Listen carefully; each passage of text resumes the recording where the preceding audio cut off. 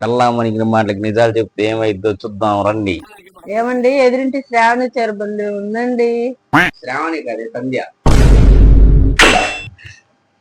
చీర కనీసం 2000 ఉంటదండి.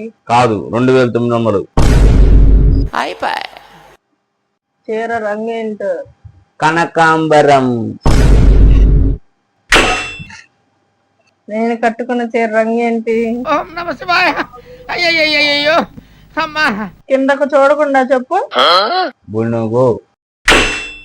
నేను ఇవాళ వేసుకున్నది డ్రెస్ బ్లూ కలర్ చీర కట్టుకున్నానా? చూడలేదు.